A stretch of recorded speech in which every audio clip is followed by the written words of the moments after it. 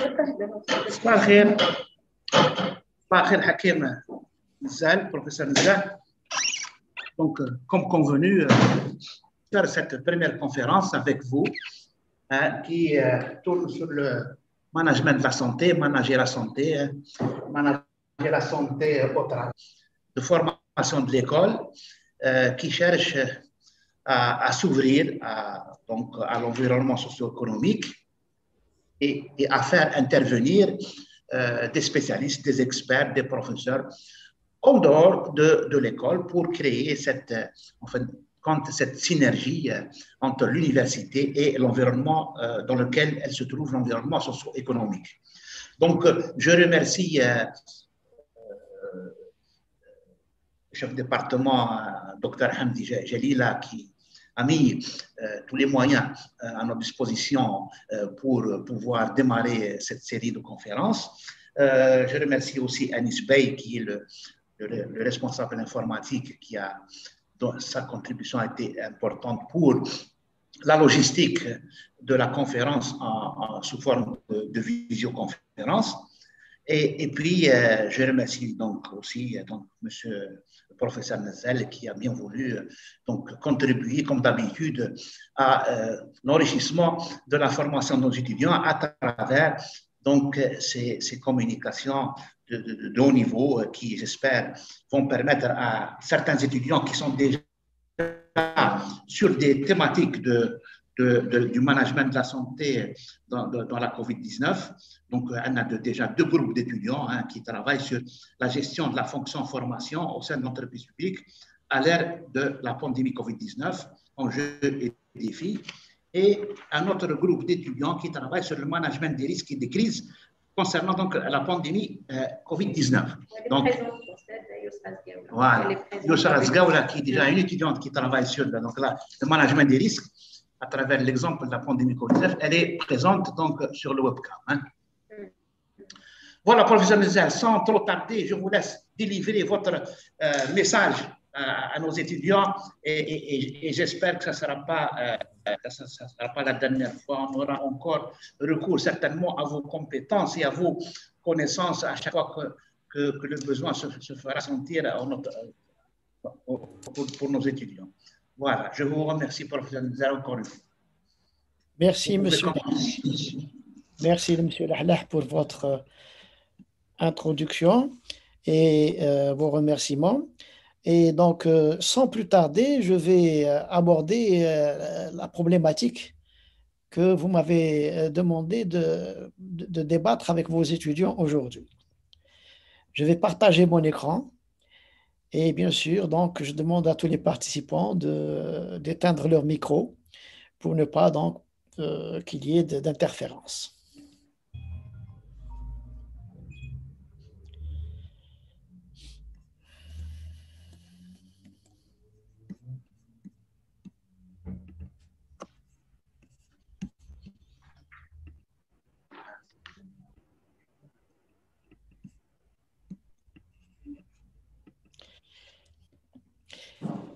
Bien, bonjour à tout le monde.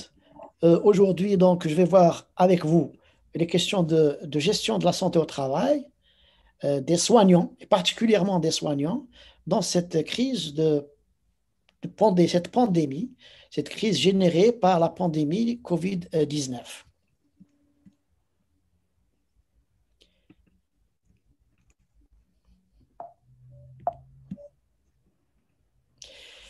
Et avant de commencer, il va nous falloir contextualiser. Et pour contextualiser nos propos, nous allons donner quelques chiffres sur l'évolution de la pandémie en Algérie. Ces courbes sont extraites du site Our World in Data, que vous pouvez retrouver facilement sur le web, un site très riche et qui met en ligne des centaines de données sur tous les pays en ligne. Alors, en Algérie, comme vous le savez tous, cette pandémie a démarré, a commencé à être constatée à partir du 1er mars 2020 et elle a évolué. elle a évolué alors que donc, dans le monde, elle avait déjà démarré au mois de septembre 2019. Vous voyez que l'évolution de cette épidémie en Algérie a connu donc trois pics. Et vous voyez que le premier pic important a commencé au mois d'août, puis il y a reprise de l'épidémie au mois de novembre. Et nous sommes actuellement encore dans cette épidémie, mais elle est en phase de décroissance. Alors là, c'est les cas quotidiens qui sont les cas quotidiens confirmés. Il faut savoir que demain, en tant que futur gestionnaire, il va falloir définir ce qu'est un cas confirmé. Pour nous, en Algérie, un cas confirmé, c'est un cas qui a été donc l'objet d'une identification à l'aide d'un test PCR. Ici, nous avons les décès, les cas quotidiens de décès, donc publiés sur, sur le Covid-19 par million d'habitants. Même chose, nous voyons que les décès, il y a un premier grand pic au début de la pandémie, vers le premier trimestre, au mois de mars, avril 2020.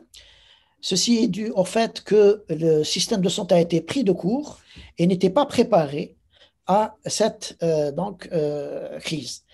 Vous voyez que ce pic-là est très intéressant pour vous en tant que futur gestionnaire sur la nécessité de faire des prévisions. Je vous avais dit tout à l'heure que l'épidémie au niveau mondial avait commencé au mois de septembre 2019. Donc, ce n'est que pratiquement 6 mois après que nous avons eu ce pic en Algérie. Puis, les décès se sont stabilisés autour d'une certaine courbe. Et puis là, nous avons un deuxième pic à partir du mois de novembre, ce qui correspond au pic des cas confirmés. Voilà donc un peu l'évolution de cette épidémie en Algérie. Alors ici, je vous recontextualise la situation en Algérie pour les nouveaux cas quotidiens. Vous voyez ici la courbe en rouge, avec une flèche rouge, c'est la courbe en Algérie. Puis vous avez la courbe en Mauritanie, au Maroc, en Libye et en Tunisie, où pratiquement ces derniers jours, il y a une croissance importante des nouveaux cas confirmés. Nous pouvons dire à travers ces courbes que l'Algérie donc, se situe à un niveau donc, assez bas pour les nouveaux cas confirmés. Et ça, c'est les décès confirmés quotidiens. Même chose, l'Algérie se situe dans le Maghreb parce qu'il faut se comparer aux pays auxquels on peut être comparé du fait de la géographie, de la culture, du climat, des habitudes sanitaires, etc. Quelques dates clés. Le 25 février 2020, c'est le premier cas confirmé de Covid-19. Il a été confirmé à Ouargla. Le 12 mars, le premier décès dû au Covid, c'était à Blida. Et puis le premier foyer, vous le rappelez, c'était à partir du 1er mars à Blida. La région de Blida a été un foyer qui a été assez actif pendant une longue période. Ce rapport est publié le 15 janvier et dans les chiffres du 14 janvier. Vous voyez que l'Algérie se situe à 103 000 cas cumulés. Donc là, nous sommes sur les cas cumulés, 103 127 cas cumulés et 2822 cas de décès.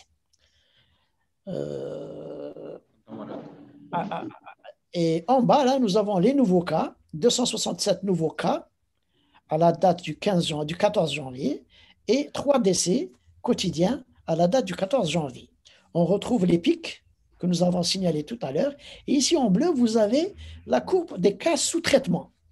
Donc là, moi, je suis un peu étonné puisque nous avons les cas cumulés en vert, les cas décès cumulés en rouge et les cas traités qui sont en bleu. Donc, c'est une courbe qui mérite un approfondissement. Voilà. Ici, je voulais pour ceux qui sont sceptiques, qui pensent que cette pandémie n'a pas eu un impact significatif en dehors des autres impacts, je parle seulement des impacts de cet impact sur la mortalité générale. Alors ici, vous avez les courbes d'excès de mortalité durant cette pandémie, pour toutes les causes. comparé aux années précédentes. Donc, aux années précédentes, nous avons en 2020 et en 2021, vous voyez ici, c'est les excès. Donc, il y a un sérieux excès qui va jusqu'à 100% pour certains pays au mois d'avril 2020 et qui actuellement se situe entre 60 et 40% d'excès de mortalité. Donc, il y a eu réellement un excès de mortalité, toutes causes confondues. Donc, cet excès, on l'attribue en épidémiologie, a fortiori, à l'impact de la pandémie. L'impact, je dirais, direct ou indirect. Vous savez que l'impact direct peut être celui des personnes, donc des décès qui décèdent après avoir été atteints par le Covid et qui font des complications sérieuses. Indirect du fait de conditions économiques ou autres.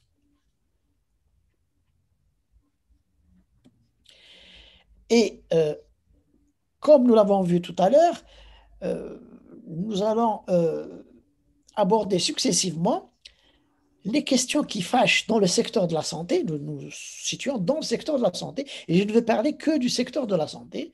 Donc, dans le secteur de la santé, il y a des questions qui fâchent et quand les questions fâchent, il y a des crises au niveau du système de gestion.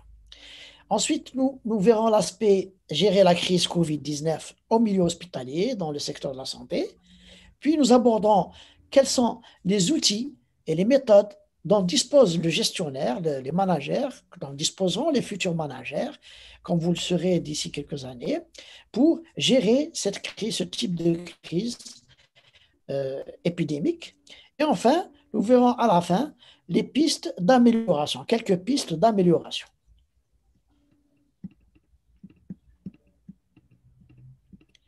Alors, les questions qui fâchent, le bélier donc représente bien, donne une image sérieuse de deux personnes qui se fâchent et qui s'affrontent. Alors, ici, vous avez quelques extraits de la presse que j'ai donc découpés. Et vous voyez que vous avez des titres tels que les supplications du personnel soignant, les employés de la santé décédés depuis l'apparition du virus, vive émotion, 10 médecins sont morts en 72 heures. Ces extraits nous donnent déjà un aspect, donc un premier indice sur l'état, disons, de santé et sur le stress dans le milieu hospitalier concernant la gestion de cette pandémie.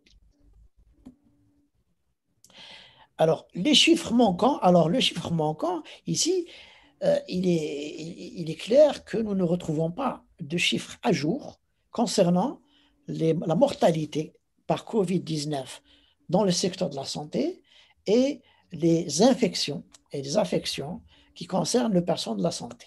Nous y reviendrons tout à l'heure à travers une étude de cas particulièrement que je vous présenterai et qui nous a été fournie gracieusement par le professeur Ben Hassin de Batna. Alors, si on revient à 2020, ici dans l'Est républicain, on donne des chiffres, type 30 décès déplorés au sein des personnels soignants, tout corps confondu, y compris les professionnels de la santé du secteur privé. Il y a des centaines qui sont contaminés et qui sont à ce jour hospitalisés, etc.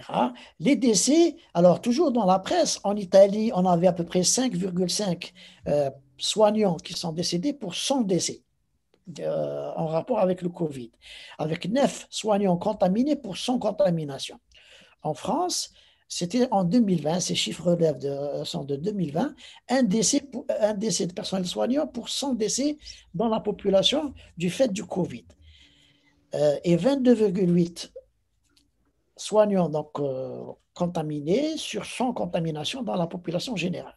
En Algérie, à cette époque, j'avais calculé que nous avions 3,5 soignants décédés pour 100 décès dans la population et 10 contaminations pour 100 contaminations. Donc, il y a un problème donc, sur les chiffres. Il n'y a pas de suivi quotidien et donc ou d'enquête systématisée. Voilà un peu, en tant que gestionnaire, vous aurez à recueillir des données pour pouvoir ensuite passer à une phase d'intervention. Alors, le 15 janvier 2021, il est rapporté 136 médecins décédés pour 2822 cumulés dans la population. ce qui fait à peu près 4,8%.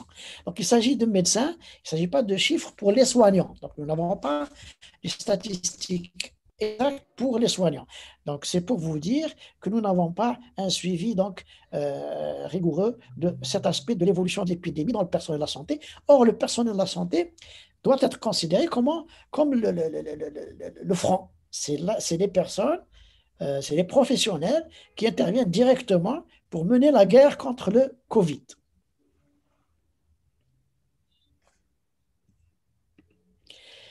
Deuxième question qui fâche, après ces questions de chiffres qui augmentent le stress et l'incompréhension et qui créent des problèmes de communication.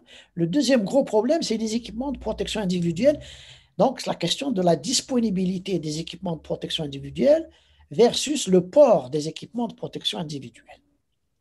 Alors, pour les décideurs, il y a une mauvaise manipulation des équipements de protection individuelle. Et du côté des personnels, ou des représentants des personnels, ce n'est pas le port, c'est un problème de manque de moyens de protection qui fait que les professionnels de santé sont directement exposés à la maladie. Donc voilà déjà deux points de vue antagoniques qu'il est important de prendre en compte, d'où la nécessité de faire des sondages d'opinion et parmi les professionnels de la santé. Le troisième, le troisième sujet qui porte à discussion et qui augmente donc la situation et la question des services.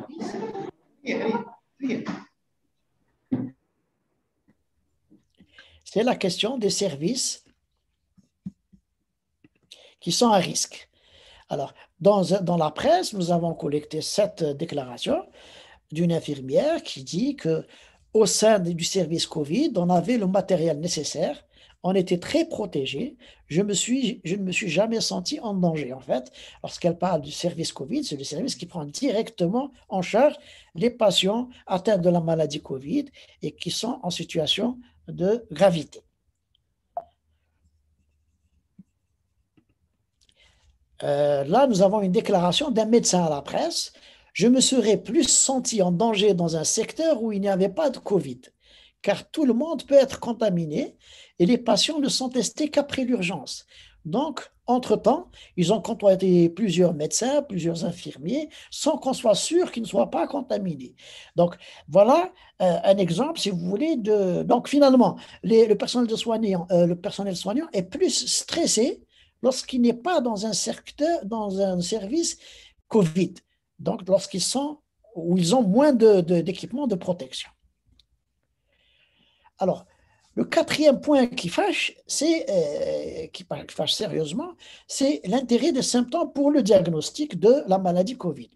Il faut savoir, et ici nous avons donc une revue de la littérature qui a été faite par Cochrane. Cochrane, c'est un organisme indépendant qui analyse toutes les publications à l'échelle mondiale et qui détermine, si vous voulez, la pertinence des données médicales, scientifiques médicales. Alors, ce qui est important à retenir, c'est que pour la maladie Covid, les patients peuvent être porteurs du virus sans avoir de symptômes. Ils sont asymptomatiques. Et c'est la majorité des cas de patients Covid ne présentent pas de symptômes. Donc, ils ignorent qu'ils ont la maladie et c'est eux les vecteurs de la contamination parce qu'ils ne se protègent pas et ils pensent qu'ils n'ont pas la maladie et personne ne veille à se protéger lorsqu'ils les rencontrent. Alors cette étude a démontré qu'en fin de compte, que ce soit l'absence ou la présence de signes, il n'y a pas si vous voulez, d'éléments de diagnostic certains concernant cette maladie si on s'appuie seulement sur les symptômes cliniques, ce qui entraîne encore plus le stress chez le personnel de la santé qui, lui, est au courant que la plupart des malades n'ont pas de symptômes. Ce qui vient ensuite, c'est la question du dépistage et des tests. C'est une autre question qui fâche parce qu'en fin de compte, le diagnostic de certitude de la maladie et Covid, c'est un test positif. Alors ici, toujours dans le même site dont je vous ai parlé, nous avons les pays qui ont partagé donc les résultats de leurs tests.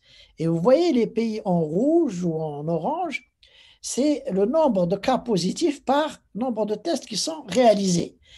Et ceux qui ont, par exemple, plus de 50% de positifs dans les tests qu'ils font, en fin de compte, c'est les pays qui font très peu de tests. Moins vous faites de tests et plus vous aurez de cas positifs puisque vos tests sont orientés vers les personnes qui sont malades ou les personnes qui présentent des symptômes. Alors que vous voyez qu'en Algérie, il n'y a pas de données qui sont fournies concernant l'utilisation de tests. Alors, l'Organisation mondiale de la santé déclare que les pays qui font très peu de tests par cas confirmés ont peu de chances d'identifier tous les cas. Et donc, elle suggère de faire 10 à 30 tests par cas confirmé, comme référence d'une démarche adéquate. Alors, si en Algérie, nous avons quelques milliers de cas confirmés, ça veut dire qu'il faudrait faire multiplier par 10 le nombre de tests, ce qui n'est pas le cas. Donc, nous avons un gros problème concernant donc, la certitude et le dépistage des cas contacts, des personnes qui ont été en contact avec des malades qui ont été atteints de Covid. Ce qui maintient la progression de la maladie parce que logiquement, une personne qui a été en contact avec un patient Covid devrait se confiner lui-même chez lui pendant au minimum 7 à 10 jours. Alors, pour les soignants, puisqu'on se recontextualise dans notre propos, c'est le Covid, donc, chez le personnel soignant. En Algérie, nous avons des chiffres donc, concernant le nombre de praticiens qui est de 80 000 et de 121 000 paramédicaux. C'est un chiffre de 2015, je n'ai pas pu retrouver les chiffres de 2021. Ce qui pose le problème aussi de la transparence et de la diffusion et de l'information. Une bonne gestion s'appuie sur une bonne information et des bonnes décisions sont prises sur un système d'information-décision qui est donc pertinent. Alors, voilà, j'ai cadré la problématique. Maintenant, nous allons passer ensemble à la deuxième partie de mon exposé, gérer la crise Covid-19.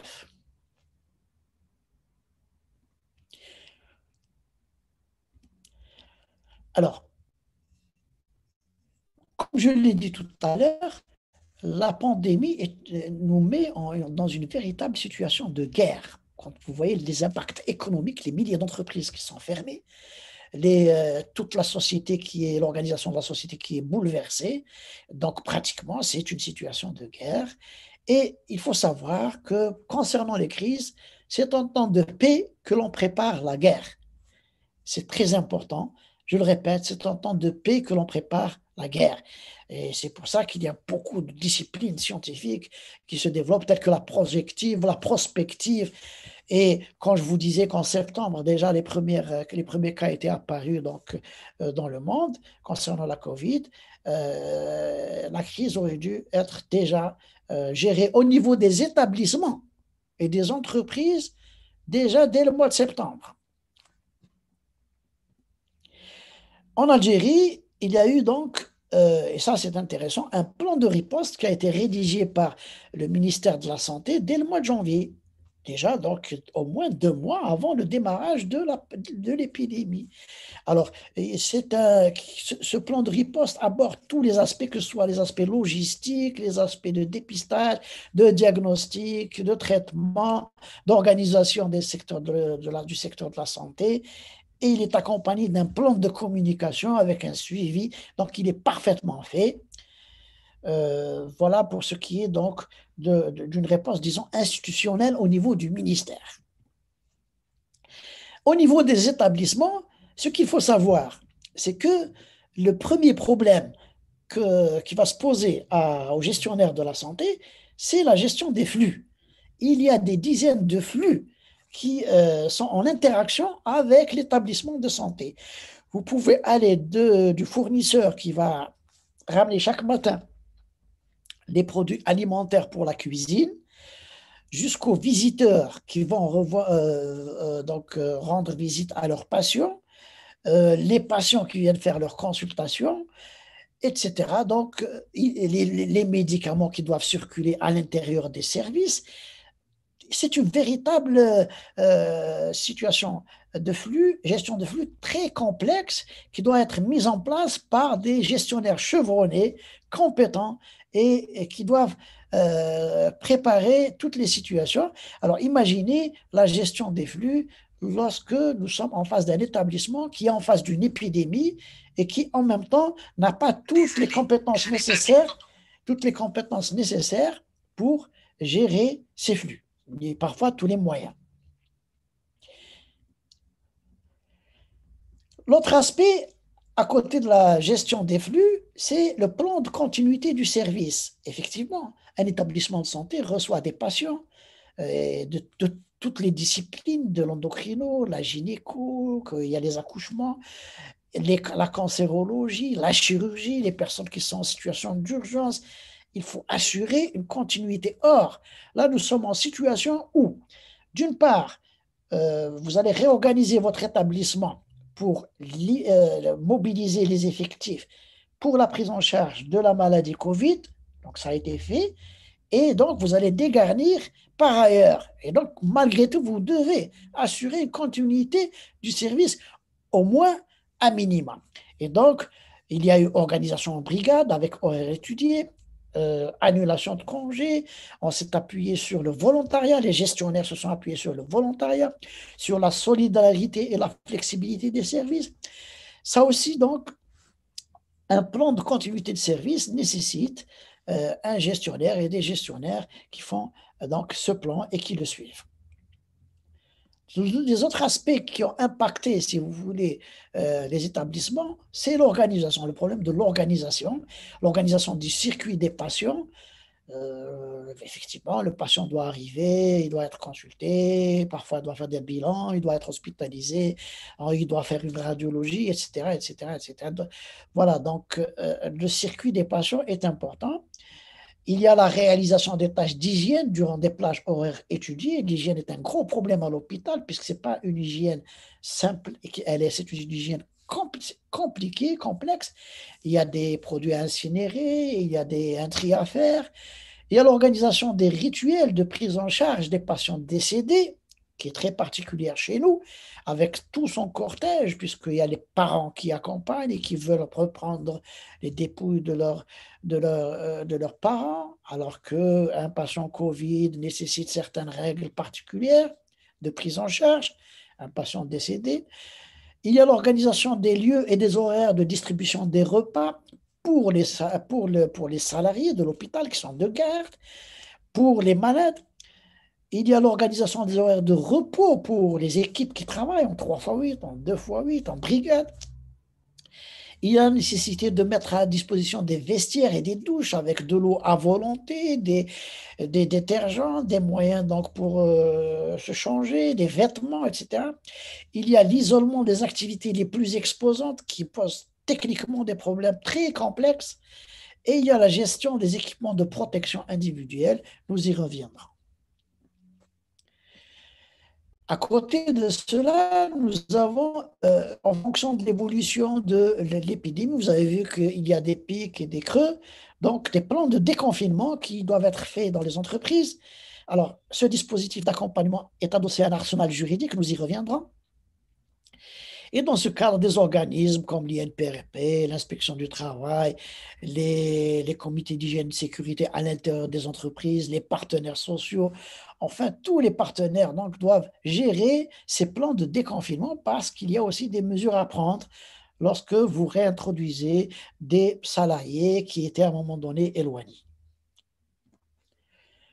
Alors, le processus de crise, là, je vous présente un processus classique que vous avez dû étudier et les gestionnaires ont à faire face à 7 étapes. Ces 7 étapes sont incontournables et l'une va alimenter l'autre. Un gestionnaire doit être vigilant dans la période d'incubation, c'est-à-dire la période où la maladie n'est pas encore apparue dans la population, dans le personnel de santé. Et puis l'intensité de la pathologie, de la maladie, la fréquence va augmenter et il y a des signaux avertisseurs, des vulnérabilités organisationnelles au sein de l'établissement qu'il faut gérer. Ensuite, à un moment donné, vous avez un événement déclencheur et c'est ce qui s'est passé. nous avons eu au mois de mars l'épidémie qui s'est développée du fait de l'absence de confinement, du fait, disons, des déplacements à l'intérieur et à l'extérieur des frontières. Donc, ces facteurs aggravants vont engendrer la phase aiguë qui doit être suivie d'une manière rigoureuse avec, je vous avais parlé de la définition des cas, la mise en place d'une logistique et des réponses opérationnelles que nous avons eues, qui sont très bien détaillées dans le plan de riposte national. Et puis, vous avez la sortie de crise, lorsque l'épidémie commence à baisser. Actuellement, nous sommes dans une phase de réduction du nombre de cas et de décès.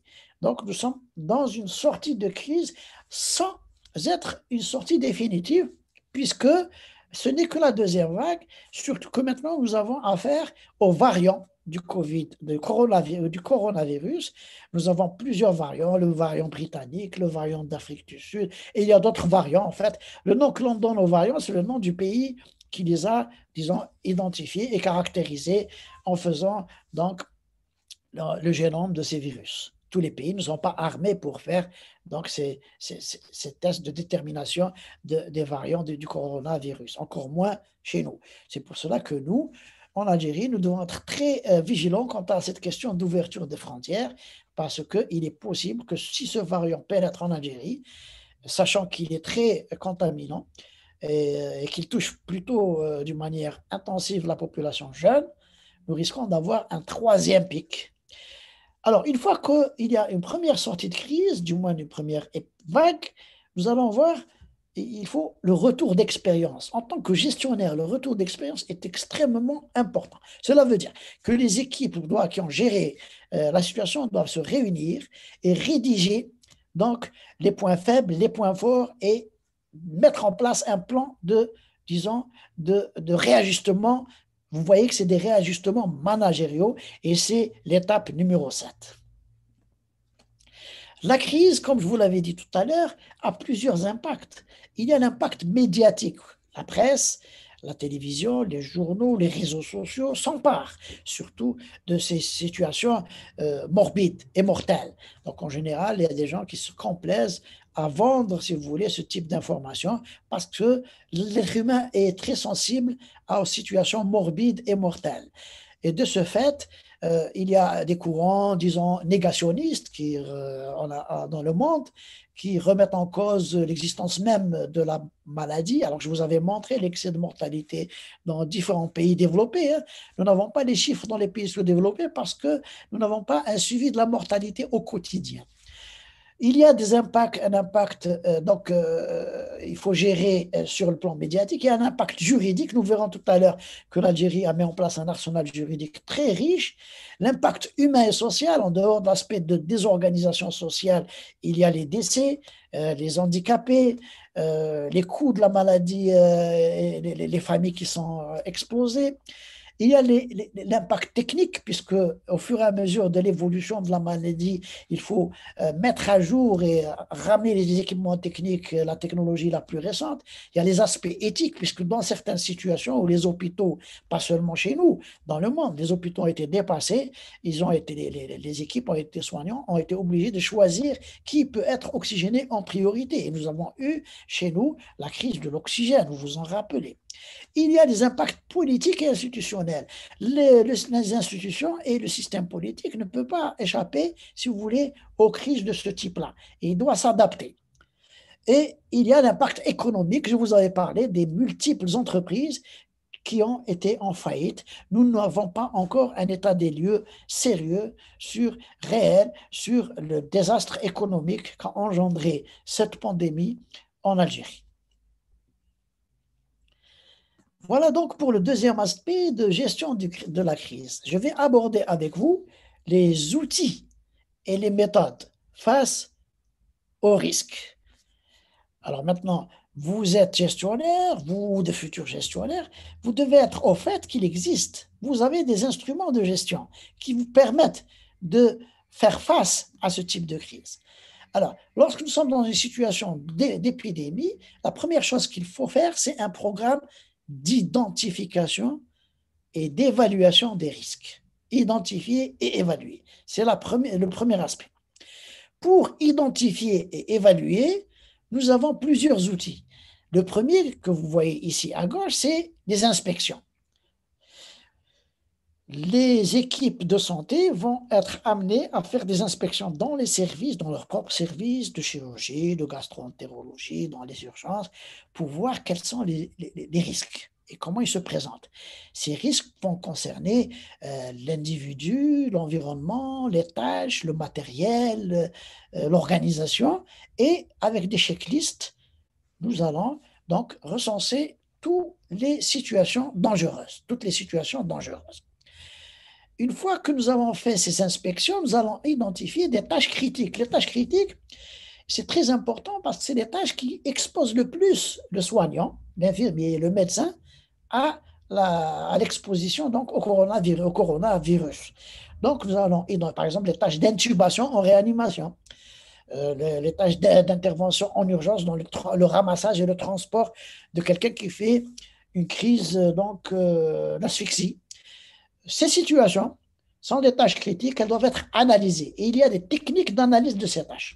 Je ne vais pas détailler, ces deux aspects, inspection et analyse des tâches critiques, peuvent faire l'objet eux-mêmes, chacun d'une conférence. Les statistiques, vous connaissez les statistiques, je vous en ai présenté une partie tout à l'heure à travers ces courbes, je vais y revenir sur l'intérêt des statistiques. Ensuite, les enquêtes et analyses, accidents et incidents, c'est une fois qu'il y a quelqu'un, un soignant qui a été contaminé, on va faire une enquête et analyser pourquoi et comment. Donc, il ne s'agit pas de rechercher un coupable, là, il s'agit de remonter l'arbre des causes pour pouvoir éliminer les causes. Et donc, là aussi, c'est une technique, ça peut faire l'objet d'une conférence individuelle. Alors, d'après ce que je vous ai montré tout à l'heure, les premières données que vous avez en main, c'est que les personnels à risque, en fait, toutes les catégories dans le secteur de la santé sont exposées. Que ce soit le personnel administratif, que ce soit dans les soins primaires, c'est-à-dire dans les centres de santé, dans les consultations de médecins privés, dans les cliniques privées, les unités de soins intensifs. Il y a des services qui ont été identifiés comme étant des services de référence, comme le service de maladies infectieuses, le service de médecine interne. Il y a les urgences médicales, où là, toutes les urgences arrivent, donc il est très difficile de faire le tri entre les personnes atteintes de Covid ou non. Il y a les consultations spécialisées dans le Covid pour le personnel soignant ou pour la population. Il y a les laboratoires où on fait les prélèvements, la médecine du travail où on gère, si vous voulez, tout le personnel soignant. Donc, et les services d'épidémiologie qui font les enquêtes à domicile pour identifier et suivre les cas contacts. Donc, les établissements de santé se sont réorganisés en réduisant les activités telles que la chirurgie et les hospitalisations. Et je vais voir une étude de cas, je vais vous présenter une étude de cas que le professeur Belhassid Wissal de Batna nous a gracieusement donc fournie, et je la remercie. C'est une enquête de 2020 qui a été mise à jour en 2021, donc, et la semaine dernière. Alors, c'est une étude donc sur un personnel. Et dans cet hôpital de Batna, nous avons ces chiffres-là. Vous voyez que les cas de contamination concernent tout le personnel médical, paramédical, administratif et technique. Vous voyez les chiffres ici.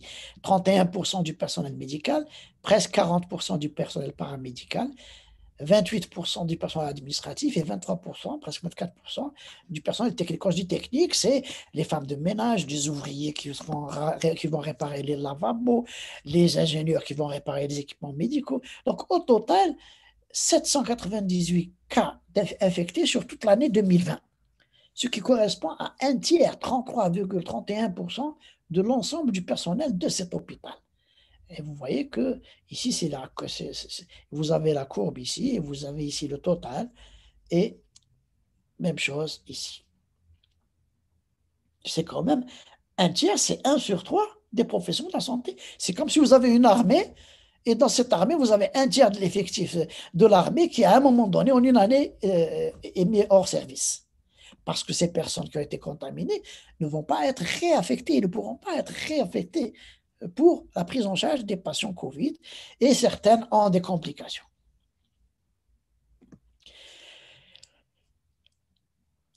Alors, ici, cet hôpital a mis en place des consultations pour les cas contacts. Les cas contacts, c'est les personnes hospitalières, des soignants, qui ont été en contact avec des personnes Covid+.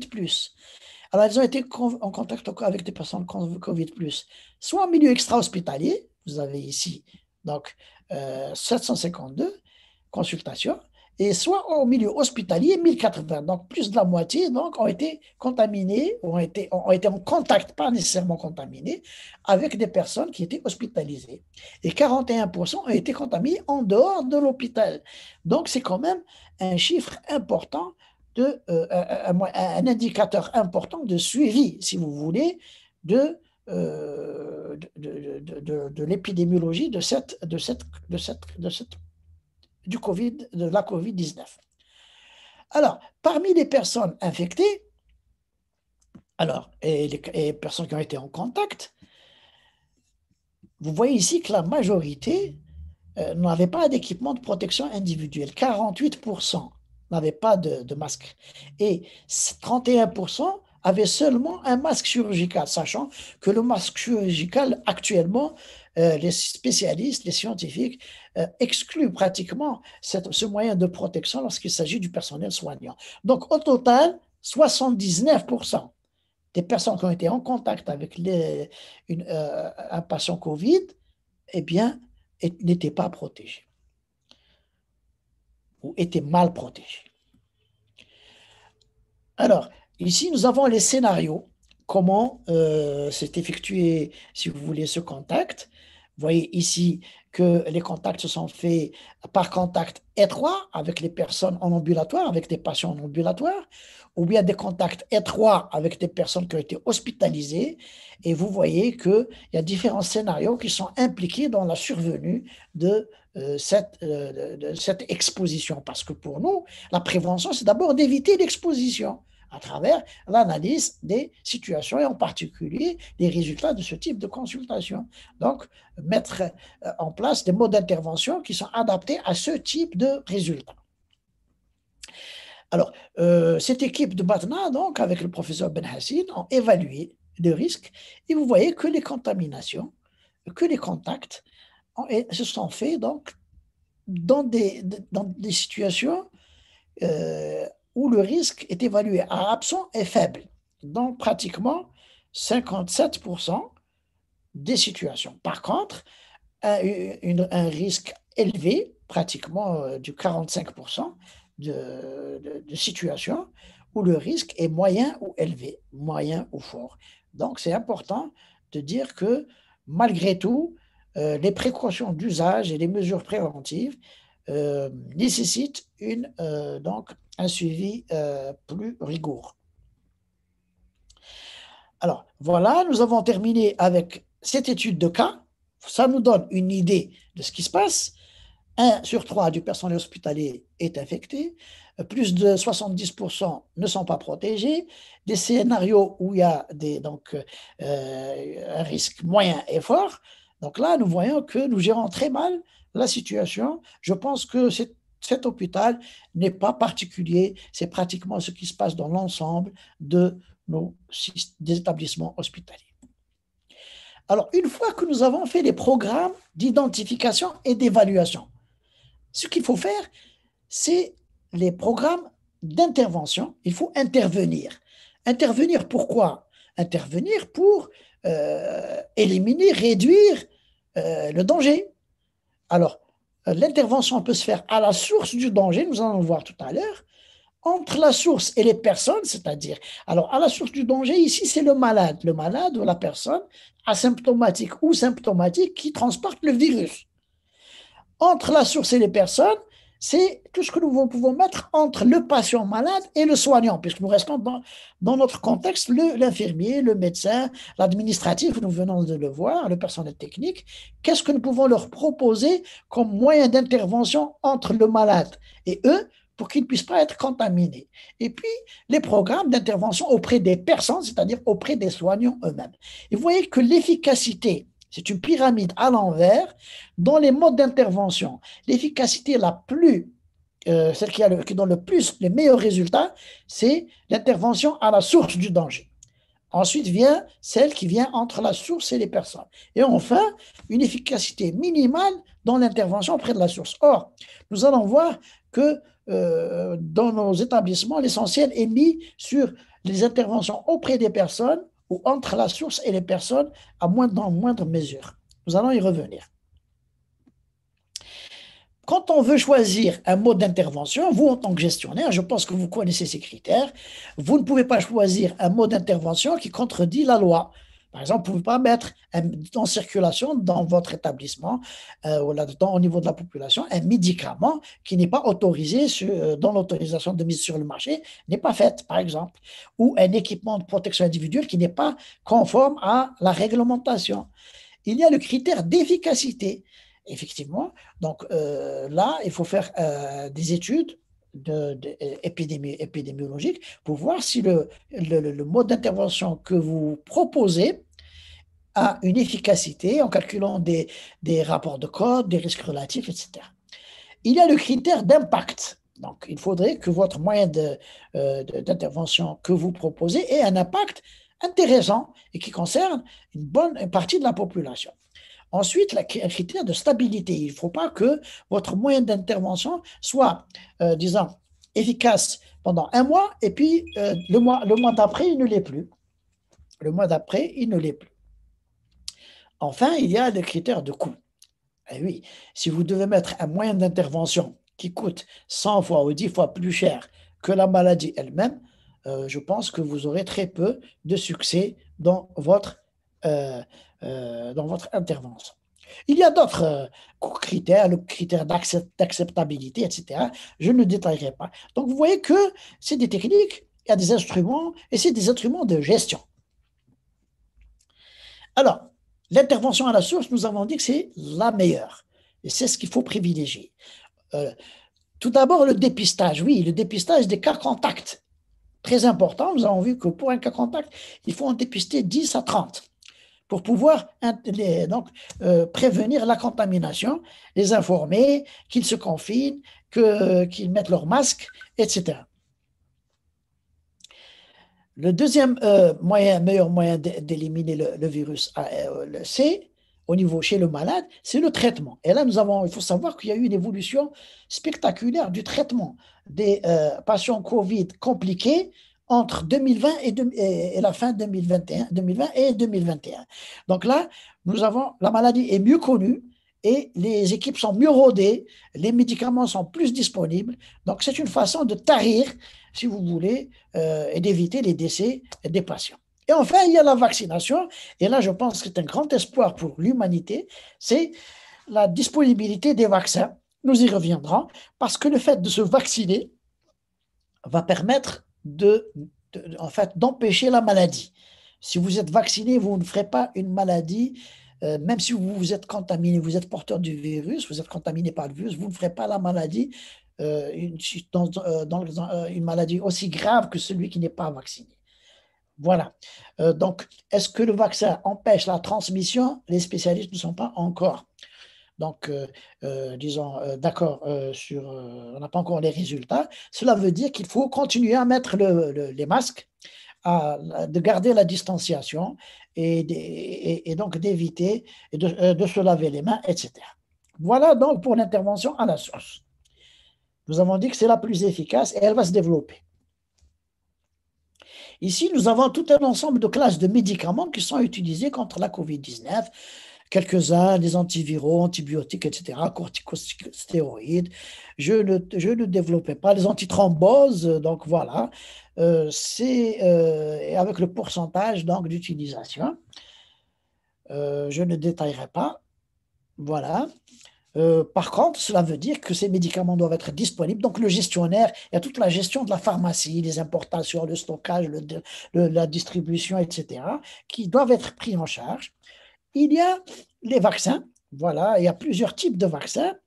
Il y a des vaccins qui ont une protéine, donc juste la paroi du virus. Il y a des vaccins dont le porteur est un virus lui-même, mais qui est détruit, qui est atténué. Il y a les virus à ADN, les virus à ARN, etc., etc. Donc, je ne vais pas détailler. Vous avez toute une panoplie vous avez au total 63 types de vaccins qui sont soit sur le marché, soit en cours de production.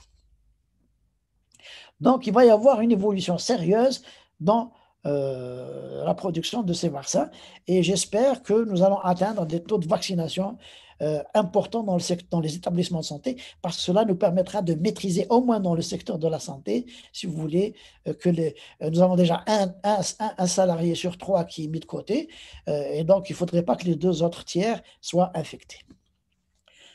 Alors, deuxième mode d'intervention, c'est l'intervention entre le patient et la source. Le patient source, c'est le malade, symptomatique ou non symptomatique, et le soignant. Donc, il faut empêcher la pénétration du virus dans le corps du personnel soignant. Donc, nous parlons du personnel soignant. Premier moyen d'intervention, c'est les barrières et gardes. Et vous l'avez vu, c'est la mise en place d'écrans de protection dans les secteurs de l'accueil, la séparation des lits, autant de moyens de barrières et de gardes donc pour éviter la transmission avec l'aération, etc. Donc, le reconditionnement des salles, etc.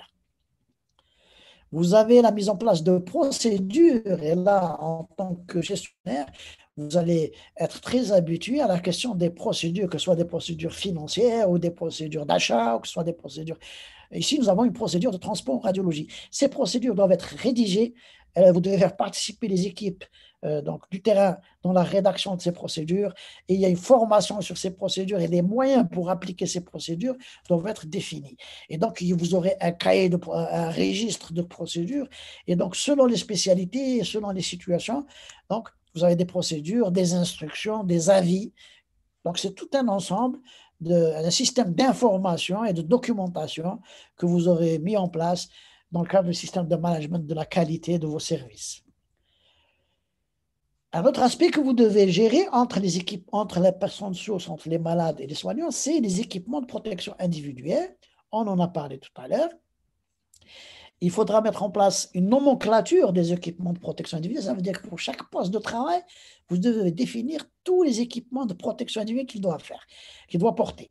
Que ce soit le casque, le masque, la bavette, les gants, enfin, l'ensemble des équipements, par exemple, pour poste par poste et service par service, et pour tout l'hôpital, ce qui va vous donner un quantitatif que vous pouvez évaluer financièrement. Vous devez planifier le renouvellement, l'acquisition, les procédures d'achat, le respect des normes. Vous devez gérer les stocks une fois que vous aurez obtenu donc, ces équipements. Et puis, une fois que vous avez ces équipements, ce n'est pas suffisant. Il va y avoir toute la question de la distribution. Et oui, parce qu'il peut y avoir donc une contamination des équipements lors de la distribution, une perte, une détérioration, ou bien une affectation à une personne qui n'est pas concernée. Et puis, il y a le nettoyage et l'entretien et la réparation. Certains équipements de protection individuelle peuvent être réutilisés, donc il va falloir mettre en place tout un système d'entretien et de gestion. Vous voyez que rien que les équipements de protection individuelle, c'est tout un arsenal, tout un programme de gestion des équipements de protection individuelle dans le cadre du deuxième aspect qui est l'intervention entre la source et les personnes. Il y a la mise en place de vestiaires et de douches et installation de lavage des mains. Donc là, c'est aussi tout un problème dans les hôpitaux. Il faudrait qu'il y ait une bâche d'eau qui soit alimentée en permanence. Il faut veiller à ce que le personnel ait ses propres vestiaires, ses propres douches, ses détergents qui soient normalisés. C'est tout un autre aspect donc, qui nécessite tout un programme.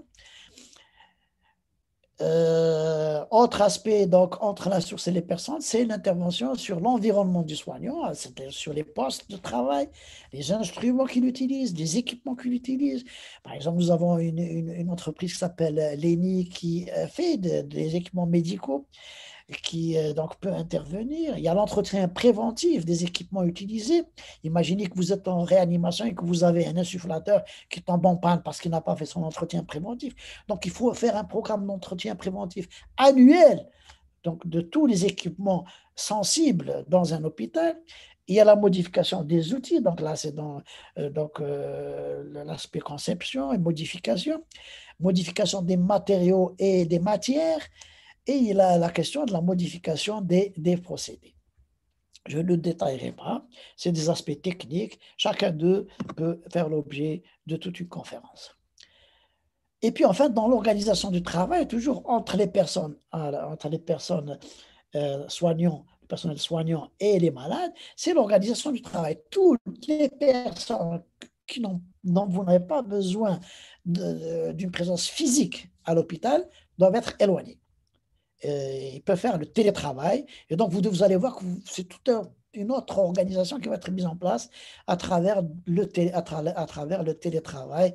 Vous allez repenser votre système de travail avec tous ces autres. Donc, il y a un programme d'organisation du télétravail. La législation est aussi un mode d'intervention entre la source et les personnes. Alors, il s'agit de mesures administratives mises en place par l'autorité sanitaire afin d'encadrer juridiquement, administrativement, les modes d'intervention préventifs. Alors, le confinement prolongé doit nécessiter donc un arsenal juridique, la circulation, les lieux publics, le règlement intérieur dans les entreprises, les congés exceptionnels et autres. Alors, en Algérie, nous avons la chance de dire que pour cet aspect-là, je ne pense pas qu'il y ait un aspect donc, de la vie du pays qui a bénéficié d'autant de textes juridiques, d'instructions et de notes. Vous voyez qu'ici, nous avons une loi, la loi des finances, donc, qui a introduit des aspects financiers pour 2020 concernant la maladie Covid.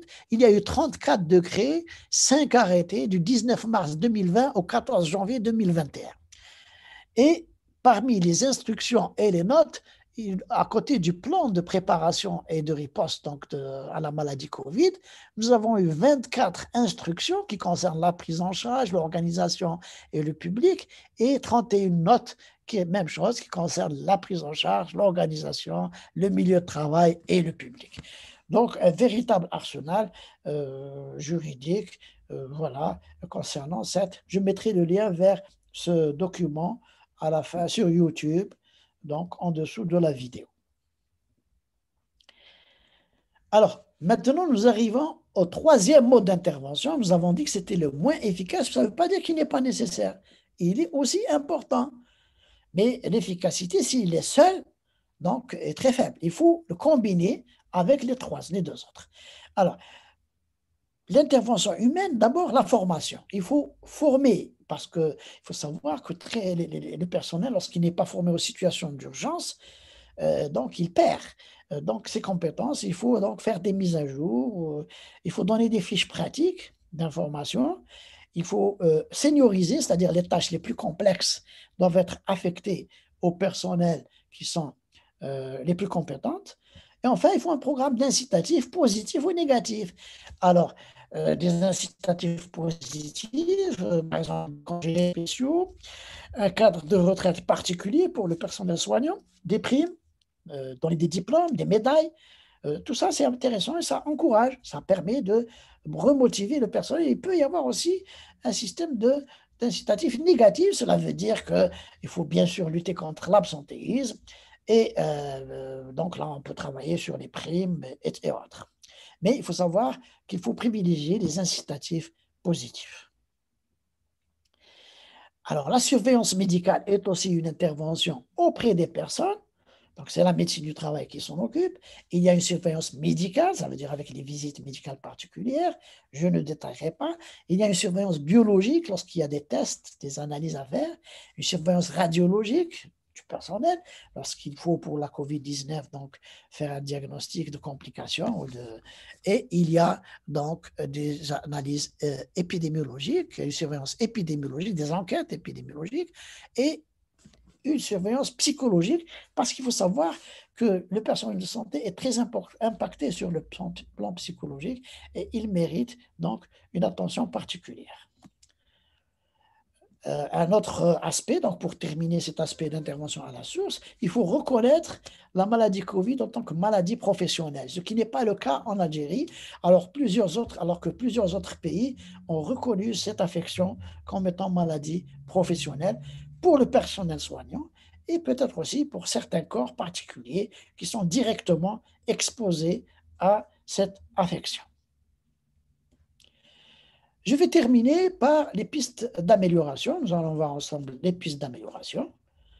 Alors, Vous connaissez la roue de Deming, donc améliorer, donc ancrer, partager, appliquer, puis agir. Alors, premier aspect, pour améliorer, la question qu'il faut se poser, est-ce que le management est adapté aux exigences? Faut-il modifier le style de management? Alors, il y a deux modes de gestion. Il y a le mode autocratique et il y a le mode participatif.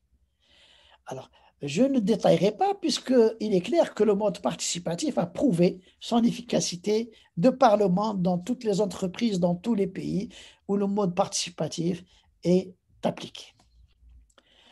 Deuxième aspect, c'est la modification de comportement. On a dit qu'il faut renforcer les attitudes et les comportements positifs. Pour cela, il faut identifier la nature du changement souhaité.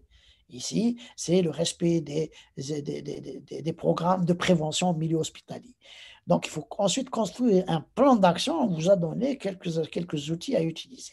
Et enfin, une fois que vous avez obtenu une modification du comportement, que ce soit dans le port des équipements, dans l'organisation du travail, dans l'hygiène du milieu, etc., etc., il faut faire évoluer durablement ce comportement. Donc, il ne faut pas se suffire d'une première modification. Il faut toujours être vigilant et ce ne peuvent le faire que les équipes sur le terrain, les chefs de service, les médecins chefs de service, les coordinateurs de service, les infirmiers spécialisés qui gèrent les services dans les équipes de chirurgie, les équipes de médecine, etc.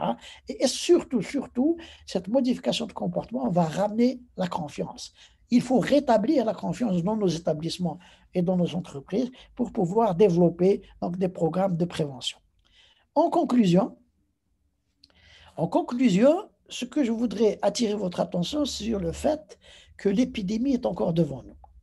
Et donc, il y a nécessité d'une transparence. Nous avons vu que les chiffres ne sont pas donnés dans le secteur de la santé et il faut absolument les diffuser et il faut vraiment être transparent parce que plus on cache et plus on crée de la suspicion. Il faut appliquer un management participatif dans les établissements. Les programmes de prévention sont à déployer de front. Il faut un programme d'identification et d'évaluation avec suivi d'un programme d'intervention à la source, entre la source et les personnes et auprès des personnes. Et il faut mettre en commun les ressources humaines et les moyens dans les hôpitaux. Il ne faut pas qu'il y ait des services qui soient moins chargés ou moins surchargés et qui ont plus de moyens ou moins de moyens que d'autres. Il faut faire une communication intensive au sein du corps soignant sur les actions et leurs résultats. Enfin, donc, développer des plans de déconfinement par établissement et donc développer des incitatifs matériels et moraux pour l'engagement et la motivation du personnel, dans le cadre d'un système de management de la qualité. Je terminerai par les références. Alors, l'essentiel de cette visioconférence est extraite, les données sont extraites du site Our World in Data que vous avez ici, qui est disponible sur le web. Je vous encourage à le visiter.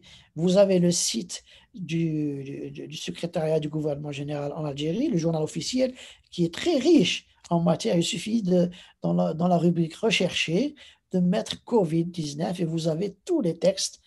Et bien sûr, pour les notes et les instructions du ministère de la Santé, il faudra aller donc dans le site du ministère de la Santé. J'ai oublié de mettre son site ici. Vous avez une référence c'est l'enquête du professeur Benassine Batna sur la situation Covid du 1er janvier au 31 décembre au 14 janvier 2021. Et je la remercie encore une fois. Et je pense que c'est la seule qui est disponible publiquement. Et vous avez un ouvrage, La médecine et santé au travail, sur tout ce qui est, c'est un ouvrage collectif qui a été coordonné par le professeur Tourab, et donc dont les auteurs sont le professeur Galoui Saïd, Nazel Abdelaziz, moi-même et le professeur Tourab Jamel, où vous pouvez retrouver tous les aspects concernant les techniques, les outils et les méthodes donc, de gestion en santé au travail. Je vous remercie pour votre attention et bien sûr, protégez-vous et vaccinez-vous.